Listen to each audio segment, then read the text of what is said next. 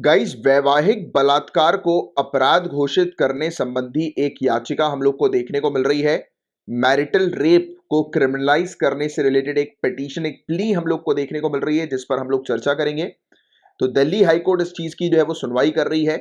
Petition challenge कर रही है सेक्शन 375 को, आईपीसी के, इंडियन पीनल कोड के सेक्शन 375 को, जिसने एग्जेम्प्ट किया हुआ है forceful sexual intercourse by a man with his own wife from the offence of rape.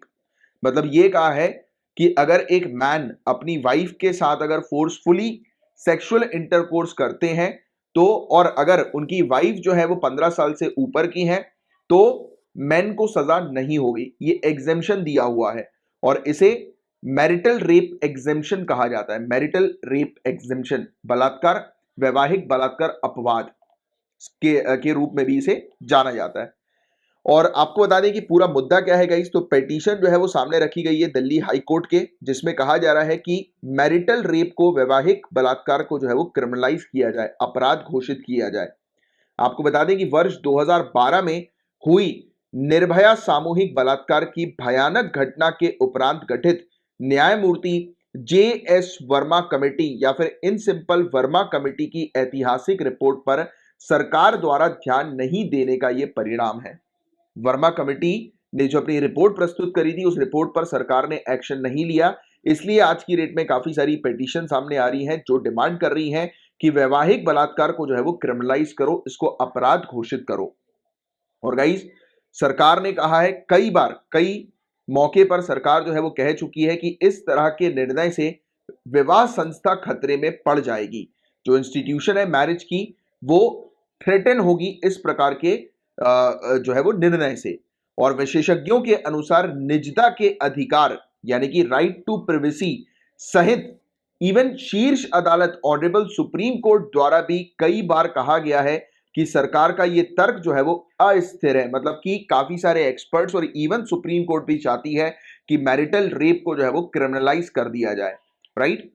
और वर्मा कमेटी, जो कि इस पूरे मामले से रिलेटेड हम लोग को देखने को मिलती, वर्मा कमेटी जिसने स्टडी किया था पूरा निर्भया सामूहिक बलात्कार के केस को, राइट, और उन्होंने रिकमेंडेशन दिए थे। तो उन्होंने क्या रिकमेंडेशन दिए थे? तो वर्मा कमेटी ने ये चीज कही थी कि जो एक्सेप्शन है मैरिटल रेप का, इसको हटा दो।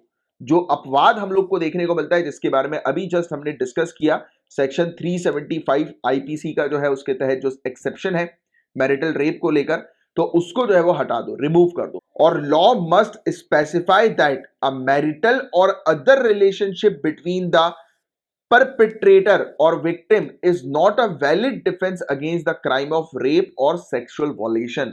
मतलब आप रेप या फिर सेक्सुअल वॉयलेशन जैसे यानी कि बलात्कार या यौन हिंसा के अपराधों से बचने के लिए इस प्रकार के कानून को आप बेस नहीं बना सकते, ये कहकर कि आपका रिलेशनशिप जो है वो विक्टिम के साथ है, यानी कि आपने शादी करी है विक्टिम के साथ। मतलब कि सीधी सीधी बात ये हो गई कि यहां पर महिलाओं को एक प्रॉपर्टी की तरह ट्रीट किया जाता है, बस।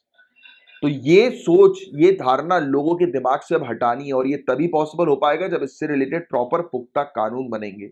आपके क्या विचार हैं इससे रिलेटेड, आप बताइए नीचे कमेंट बॉक्स पर लिखकर। जो भी आपको लगता है, आपकी ओपिनियन बिल्कुल वेलकम है, आप नीचे कमेंट बॉक्स पर लिखकर बताएं। मेरा तो पर्सनल ओपिनियन ये कहता है कि सख्ती से लाने चाहिए इस प्रकार के कानून को, क्योंकि आज की डेट में भी महिलाओं को या स्पेशली वाइफ को एक प्रॉपर्टी से ज्यादा और कुछ नहीं माना जा रहा है काफी सारी जगहों पर। और इस चीज को जो है वो हटाना है, हमको किसी भी कीमत पर हटाना है सोसाइटी से, ये गंद को किसी भी कीमत पे हटाना है।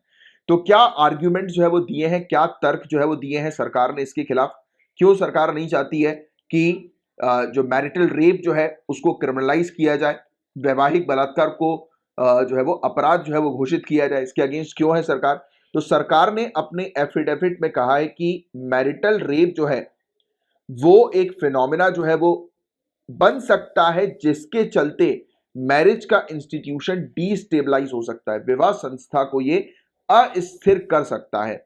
और ये एक इजी टूल के तौर पर भी बन सकता है, जिसमें हस्बैंड्स को हरास तक किया जा सकता है।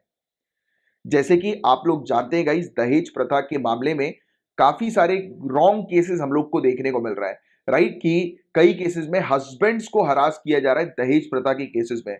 और यहां पर सरकार ने यही चीज कही कि अगर आप ये वाला कानून भी लेकर आते हो तो हस्बैंड को हरास किया जाएगा, ये एक आसान टूल बन जाएगा महिलाओं के लिए हस्बैंड्स को हरास करने के लिए, राइट, उनको परेशान करने के लिए, पतियों को। सो आपको गाइस मैं एक चीज बता दूं कि ये कहना पर्याप्त नहीं है कि ये टूल बन जाएगा। अगर ये टूल बनेगा तो उसको काउंटर करने के लिए आप कानून बनाइए कि अगर कोई फॉल्स स्टेटमेंट देते हैं, राइट, और उससे रिलेटेड। बट प्रॉब्लम ये भी है ना यार कि आप जो है, क्योंकि ये संबंध मैरिटल रेप का है, राइट, अब इसमें पुख्ता सबूत हासिल नहीं किए जा सकते कि एग्जैक्टली हुआ क्या, पुख्ता सबूत हासिल नहीं किए जा सकते।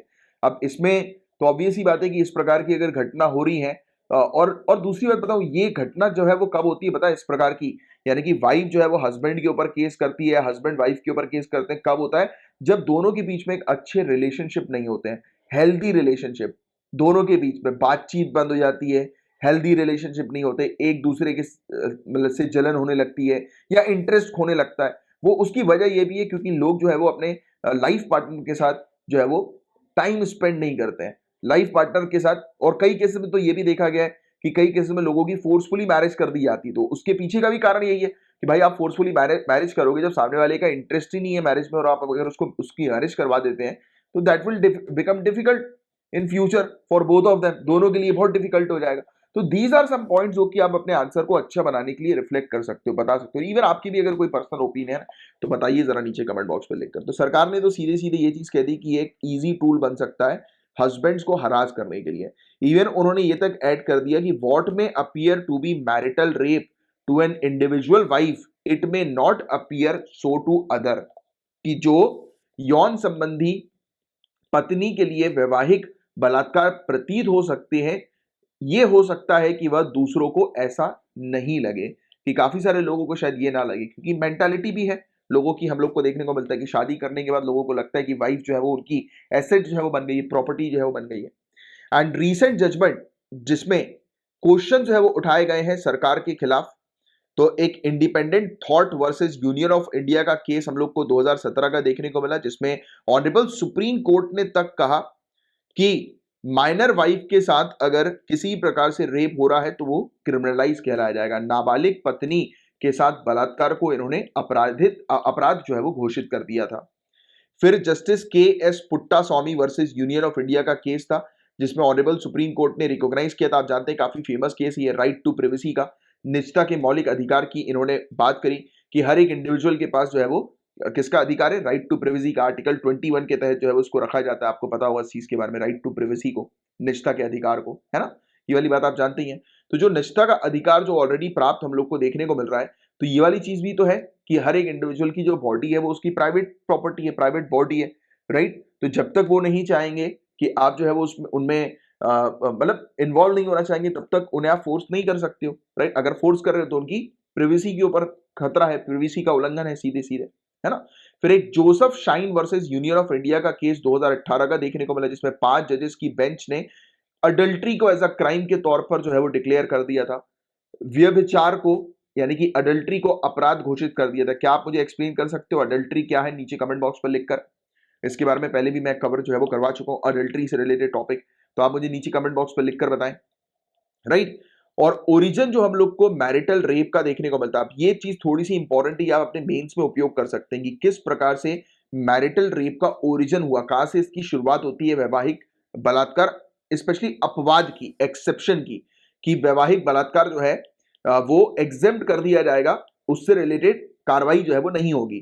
तो ये होती है treaties on criminal law of England से रिलेटेड, यानी कि इंग्लैंड के कानून से ये शुरू होता है, जिसे कहा जाता है history of the pleas of the crown, जिसमें British chief justice Matthew Hale ने कहा था 1736 में कि husband can not be guilty of rape, husband को रेप का गिल्टी जो है वो नहीं माना जाएगा अगर वो अपनी लॉफुल वाइफ के साथ जो है वो संबंध बनाते हैं, यौन संबंध बनाते हैं, तो हस्बैंड को रेप का गिल्टी नहीं कहलाया जाएगा। अब मैं यहां पर आपको हाईलाइट करना चाहता हूं ईयर, ये ईयर था 1736 का। उस समय महिलाओं के पास इतने अधिकार नहीं हुआ करते थे, एक्चुअली लोगों ने महिलाओं को सप्रेस किया हुआ था। आप खुद इमेजिन करो कि हमारा जो पीरियड था पुराना, ब्रिटिश रूल की ही अगर हम लोग बात करें, तो महिलाओं को एक्सप्लॉइट किया जाता था, शोषण होता था उनका, एक्सप्लॉइटेशन होता था, उनको सप्रेस किया जाता था, उनके पास अधिकार नहीं होते थे। बट आज का समय अलग है, राइट। तो अगर हम उस समय को आज के समय से जो है वो डिफर करें, तो हम जानते हैं कि आज की सोसाइटी में लोगों की सोच जो है वो चेंज हुई है, अपलिफ्ट हुई है, वुमेन एम्पावरमेंट हम लोग को देखने को मिला है। और ना ही सिर्फ वुमेन एम्पावरमेंट की बात करें, हम इक्वल राइट्स की बात करें कि इक्वल राइट्स हमें देखने को मिला है। पहले पहले तो इवन लोगों के पास वोट करने तक के राइट्स नहीं थे, अधिकार नहीं थे। वोट डालने के वोट डालने के अधिकार सिर्फ उन्हीं के पास थे जिन लोग के पास प्रॉपर्टी हुआ करती थी। मैं इंग्लैंड, ब्रिटेन, फ्रांस, इन सब कंट्री, यूरोपियन कंट्रीज की बात कर रहा हूं। वहां पर भी महिलाओं को वो नहीं दिए जाते थे, अधिकार नहीं दिए जाते थे। बट बाद में समय चेंज हुआ, राइट। तो हम पुराने समय को आज के समय से अगर कंपेयर करें, तो सोसाइटी, क्योंकि सोसाइटी की सोच से ही हम लोग को पूरी चीज देखने को मिलती है। आज की डेट में सोसाइटी की सोच में चेंजेस हुए हैं। सोसाइटी मैं वुमेन एम्पावरमेंट की बात नहीं कर रहा हूं, मैं इक्वालिटी की बात कर रहा हूं। सोसाइटी इक्वालिटी पर आज की डेट में मेनली फोकस करती है, जेंडर इक्वालिटी पर। तो अगर हम जेंडर इक्वालिटी को बढ़ाने के लिए फोकस कर रहे हैं, तो इस प्रकार के कानून भी लाने चाहिए, क्योंकि ये जो इन्होंने जो बात कही थी, स्टेटमेंट दिए थे, वो उस समय की सोच के हिसाब से दिए थे। और आज की सोच जो है वो अलग है, और इस सोच को हमें बदलना भी है, एक अच्छा वर्ल्ड, एक अच्छी सोसाइटी, इक्वल सोसाइटी बनाने के लिए, है कि नहीं? ये प्रयास करने हैं। और ये स्टेटमेंट इन्होंने इसलिए दिया क्योंकि आपसी वैवाहिक सहमति और अनुबंध के तहत पत्नी द्वारा अपने आप को, ध्यान सुनिएगा इन्होंने क्या कहा, कि पत्नी द्वारा अपने आप को इस प्रकार से अपने पति को सौंप दिया जाता है जिससे वह स्वयं वापस नहीं हट सकती है। मतलब कि पत्नी अपनी बॉडी को एज अ प्रॉपर्टी के तौर पर पति को दे देती है, कि पत्नी एक प्रॉपर्टी है, एसेट है, किसकी? पति की थी। कितनी घटिया सोच हुआ करती थी पहले के समय की, राइट। हर एक इंडिविजुअल, सबके अंदर एक लाइफ, एक जीवन है, सब सांस ले रहे हैं, सब जी रहे हैं, सबके अंदर एक समान खून है। तो क्यों इस प्रकार से आप, एक प्रकार से आप तो वाइफ को एज अ स्लेव के तौर पर ट्रीट कर रहे हो। स्लेव, फोर्स लेबर, यही तो है, और क्या है? फिर आपने कैसे उनको एक इंसान के तौर पर ट्रीट किया? नहीं किया इंसान के तौर पर ट्रीट। इंसान के तौर पर आप जब ट्रीट करोगे, जब दोनों की अंडरस्टैंडिंग मैच होगी, दोनों एक दूसरे के साथ रहेंगे। देखो क्या होता है गाइस, कोई भी रिलेशनशिप जो होता है ना, वो म्यूचुअल बेनिफिट के लिए ही होता है, ये बात फैक्ट है। चाहे आज का समय ले लो या किसी भी टाइम का समय ले, म्यूचुअल बेनिफिट, कि आप एक दूसरे के बेनिफिट के लिए एक दूसरे के साथ जुड़े हो। तो आप कैसे ओवर पावर कर सकते हो एक को एक के खिलाफ? नहीं कर सकते ना। तो आपको इक्वल रहना है, और ये इक्वलिटी कब आएगी? जब सोच चेंज होगी। तो हमें मेनली फोकस करना है कि सोच चेंज करने के ऊपर, रेदर देन, जैसे अपन कानून भी लेकर आ जाएंगे। आज की डेट में भी तो बाल विवाह को रोकने के लिए कानून है कि नहीं? बट फिर भी बाल विवाह होते हैं काफी सारी जगहों पर, राइट। आज आज की डेट में जो फीमेल जो बच्चियां हैं, उनके एजुकेशन को प्रमोट करने से रिलेटेड कानून है, और सक्सेसफुली अवेयरनेस के तहत ये फुलफिल भी हुआ है, पूरा भी हुआ है। बट फिर भी काफी सारी जगह पर फीमेल एजुकेशन जो है वो रोक दी जाती है, क्योंकि वो सोच, तो सोच को चेंज करनी है। बट यस, कानून भी लाना है, क्योंकि कानून, स्ट्रिक्ट कानून होंगे तब जाकर लोगों की सोच भी चेंज होगी। कुछ लोग होते हैं कि लातों के भूत बातों से थोड़ा ना मानते हैं, राइट। तो that thing should reflect in your answer, कि सोच, लोगों की सोच चेंज करनी है, सोसाइटी के अंदर अवेयरनेस क्रिएट करनी है, इक्वलिटी से रिलेटेड, राइट, कि लोगों के इमोशन से रिलेटेड, कि सामने वाला भी तो इंसान है। फिर इसके बाद से इस अपवाद, यानी कि इस एक्सेप्शन को इंग्लैंड सहित काफी सारे न्यायालयों में इस्तेमाल किया जाता रहा है। और हालांकि इंग्लैंड के उच्च सदन, हाउस ऑफ लॉर्ड्स में वर्ष 1991 में विवाह को बराबरी की साझेदारी के रूप में घोषित कर दिया था। इवन इंग्लैंड तक ने भी ये कह दिया था कि जो मैरिज जो है, यानी कि हाउस ऑफ लॉर्ड, उसकी जो हम लोग को देखने को मिलती है इंग्लैंड की, तो 1991 में इसने तक कह दिया था कि marriage to be a partnership of equals, बराबरी की साझेदारी के रूप में घोषित किया था, और पत्नी को पति के अधीनस्थ संपत्ति माने जाने संबंधी विचार को खारिज, देखो विचार, जो विचार है, जिस विचार ने ये चीज जो है वो डेवलप करी है लोगों के बीच में, कि मैन जो है, मैन मैन वो वाइफ को ओवर रूल करेगा, मैन जो है या फिर वाइफ जो है वो मैन की प्रॉपर्टी है, राइट। तो ये चीज जो है वो लोगों के विचार में है, लोगों के थॉट्स में है, और इसी थॉट को, इस विचार को खत्म करना है, खारिज करना है। और साथ ही विश्व बैंक के अनुसार, वर्ल्ड बैंक के अनुसार ये बताया जाता है कि नेपाल सहित कम से कम 78 कंट्रीज में विशेष रूप से वैवाहिक बलात्कार को अपराध घोषित करने वाले कानून लागू हैं। तो हम क्यों नहीं कर सकते? हम भी करेंगे। तो करेंटली आज की डेट में मैरिटल रेप, वैवाहिक बलात्कार जो है वो कोई भी ग्राउंड नहीं है डिवोर्स का। हिंदू मैरिज एक्ट 1955 में या मुस्लिम पर्सनल लॉ यानी कि शरीयत एप्लीकेशन एक्ट 1937 में या स्पेशल मैरिज एक्ट 1954 में। और इसको डिवोर्स के ग्राउंड के तौर पर यूज नहीं किया जा सकता और हस्बैंड के अगेंस्ट जो है वो यूज नहीं किया जा सकता। इवन हमारा आईपीसी का सेक्शन 375 ये भी एग्जेम्पशन जो है वो दे देता है, राइट, कि अगर वाइफ 15 साल की एज से ऊपर की है, ज्यादा की है, तो सेक्सुअल इंटरकोर्स जो मैन के द्वारा उसके हस्बैंड के द्वारा किया जाता है तो वो फोर्स यानी कि मैरिटल रेप नहीं कहलाया जाएगा। तो ये एक्सेप्शन था। और इसके अलावा कोई भी दूसरे कानून हम लोग को नहीं देखने को मिल रहा है जो कि मैरिटल रेप से रिलेटेड है। जो विक्टिम्स है गाइस उनको सिर्फ सिविल रेमेडीज मिल सकती है protection of women from domestic violence act 2005 के तहत। सो आज की डेट में मैरिटल रेप को क्रिमिनलाइज करने की सख्त आवश्यकता है। क्यों सख्त आवश्यकता है? क्योंकि काफी सारी स्टडीज के थ्रू ये चीज पाई गई है कि जो गैर सहमति होती है, नॉन कंसेंशुअल सेक्स जो हम लोग को देखने को मिलता है वाइफ के साथ, यानी कि बिना वाइफ की परमिशन के आप उनको फोर्स जो है वो कर रहे हो और फिजिकल फोर्स कर रहे हो अपने वाइफ को सेक्स के लिए, तो ये काफी सारी स्टडी के थ्रू ये चीज देखी गई है कि ये चलन में है, ये आ रही है सामने। और मैरिज जो है वो एक इक्वल रिलेशनशिप कॉन्ट्रैक्ट हम लोग को देखने को मिलता है, ना ही एक वन टाइम कंसेंट सभी चीज का। मतलब मैरिज, ये चीज आप अपने मेंस में उपयोग कर सकते हो कि मैरिज जो है वो इक्वल रिलेशनशिप कॉन्ट्रैक्ट है, एक ऐसा कॉन्ट्रैक्ट जो इक्वल के ऊपर आधारित है, दोनों एक इक्वल है, एक दूसरे को दोनों की आवश्यकता है, राइट। ऐसा नहीं है कि एक दूसरे को जो है वो ओवर पावर करे, ऐसा नहीं है कि एक बार मैरिज करने के बाद एक सामने वाले को सभी चीज करने की सहमति मिल गई हो, ऐसा नहीं है। और लीगल एक्सेप्शन जो रेप लॉस का हम लोग को देखने को मिलता है वो मेन को अनइक्वल प्रिविलेज प्रोवाइड कराता है, असमान विशेष अधिकार जो है वो प्रदान कराती है पुरुषों को इस प्रकार के कानून। और मैरिटल रेप के जो विक्टिम्स होते हैं ये इवन साइकोलॉजिकल स्कार्स भी फेस करते हैं, मनोवैज्ञानिक चोट भी इनको बहुत लंबे समय तक फेस करनी होती है। और एक्सेप्शंस हम लोग को देखने को मिलता है सेक्शन 375 के अंदर जो एक्सेप्शन है, मतलब कि इस प्रकार से वैवाहिक बलात्कार जो है उसको नल एंड वॉइड जो है वो डिक्लेयर कर दिया जाता है। अगर एक मैन जो है, ये चीज याद रखना, मैन जो है वो अगर अपनी 15 साल से ऊपर की उम्र की वाइफ के साथ अगर मतलब इंटरकोर्स कर रहे हैं तो उस दौरान वैवाहिक बलात्कार जो है वो मान्य नहीं होगा।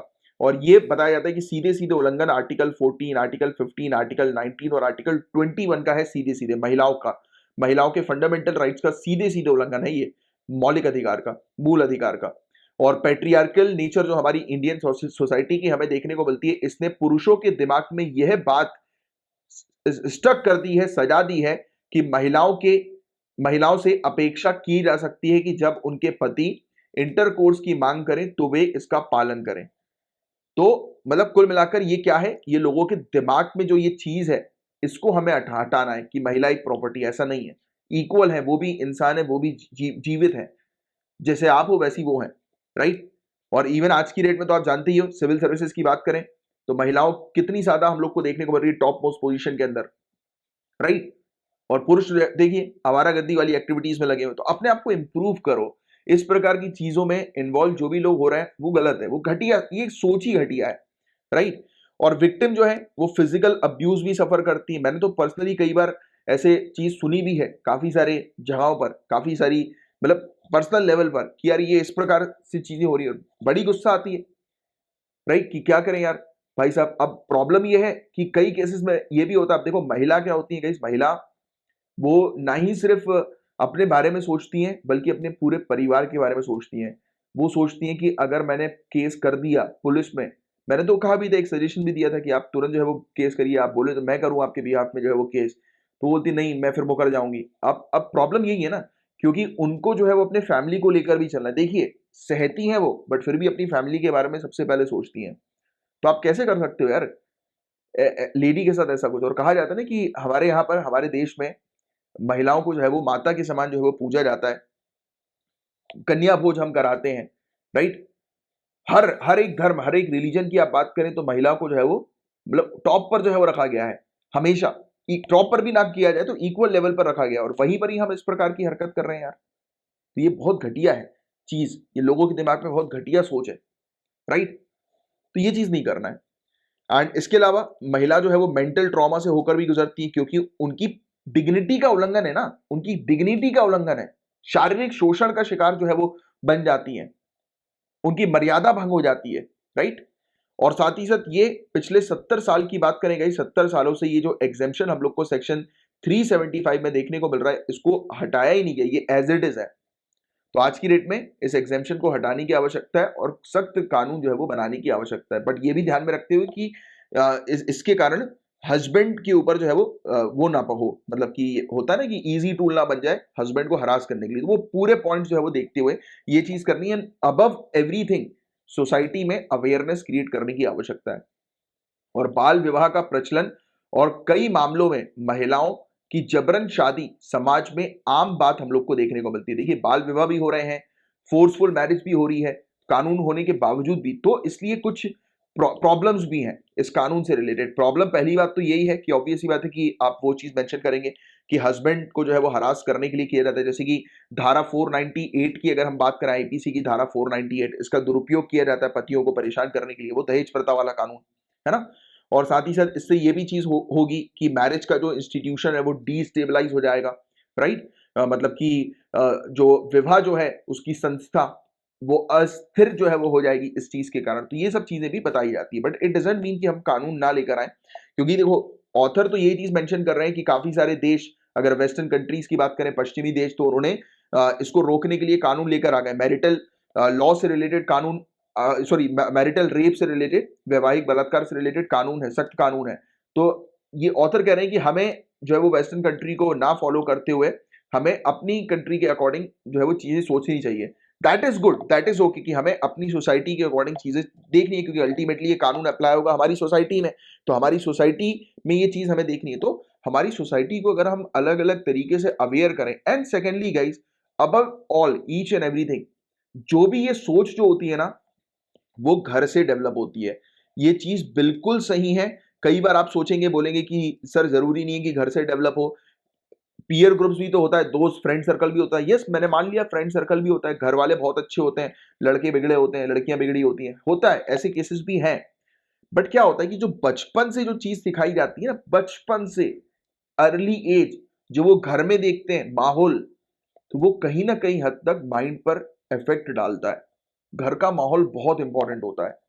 तो अगर सोच बदलनी है तो पेरेंट्स, मैं तो ये कहूंगा पेरेंट्स को या फिर न्यूली मैरिड कपल्स को, आप लोग हैं, हम युवा जो हैं, राइट, तो हमारी जो फ्यूचर जनरेशन है उसके लिए हमें काम करने की आवश्यकता है, फोकस करने की आवश्यकता है कि फ्यूचर जनरेशन जो है वो ये गलती ना करें जो हमारी जनरेशन में लोग गलतियां कर रहे हैं। तो उनको बचपन से ही फीड करो what is right and what is wrong. उनको बचपन से ही ये फीड, मतलब डिफरेंसेस फीड मत करो कि लड़की है तो वो घर का काम संभाल, डिफरेंसेस होने नहीं चाहिए। उनको फीड करो कि ह्यूमन बीइंग के बारे में, ह्यूमैनिटी के बारे में, इंसानियत के बारे में, क्या सही, और सबके राइट्स के बारे में। कि जैसे कि आपकी बॉडी है, नो वन वांट्स यू कि आपको जो है वो कोई मारने पीटने लगे, आपकी बॉडी से छेड़खानी करने लगे, कि आप चलते फिर रहे हो कोई भी नोच ले आपको, आपको नहीं पसंद रहेगा ना यार। कि आप कहीं पर कुछ काम कर रहे हो, कोई आके आपके बाल पकड़ के खींच ले भेज रहा है, फोर्सफुल हुआ ना ये, एक प्रकार से आपकी बॉडी के साथ ही हरकत हुई, आपको हरास करना हुआ। वैसे ही आप किसी और के साथ करो, लेडी के साथ करो, तो वो गलत है ना, तो वो सेम चीज है। तो वो चीज सिखाने की आवश्यकता है, राइट। तो ये चीज है गाइस। इवन लॉ कमीशन ने भी हालांकि अपनी रेप लॉ से रिलेटेड जो अपना स्टेटमेंट इसका आया था, तो उसमें भी इन्होंने कोई भी स्टेटमेंट जो है वो नहीं दी है मैरिटल रेप से रिलेटेड। और यौन संबंधी पत्नी के लिए वैवाहिक बलात्कार प्रतीत हो सकते हैं और वह दूसरों को ऐसा नहीं लग सकते। मतलब ये भी हो सकता है कि मैरिटल रेप जो है वो एक इंडिविजुअल वाइफ को अपीयर हो कि उनके साथ मैरिटल रेप हो रहा है, बट दूसरों को ऐसा ना लगे। तो ये सोसाइटी के अंदर ये चीज हमें, और दूसरी बात, above all each and everything, आपस में कपल के बीच में रिलेशनशिप एक स्ट्रांग होना चाहिए। इमोशनल रिलेशनशिप होने की आवश्यकता है कि आप अगर किसी संबंध में बंधे हो तो आपको दोनों की नीड्स के बारे में पता होना चाहिए, दोनों की जरूरत के बारे में, दोनों के इमोशंस के बारे में पता होना चाहिए। Sacrifice is not the thing, क्योंकि sacrifice is not the solution. जहां आप सेक्रीफाइस कर रहे हो मतलब वहां आप अपना एक्सप्लॉइटेशन कर रहे हो, या एक सामने वाले को पावर दे रहे हो एक्सप्लॉइटेशन करने का। Don't do sacrifice. स्टार्टिंग से ही पूरी चीज क्लियर रखो।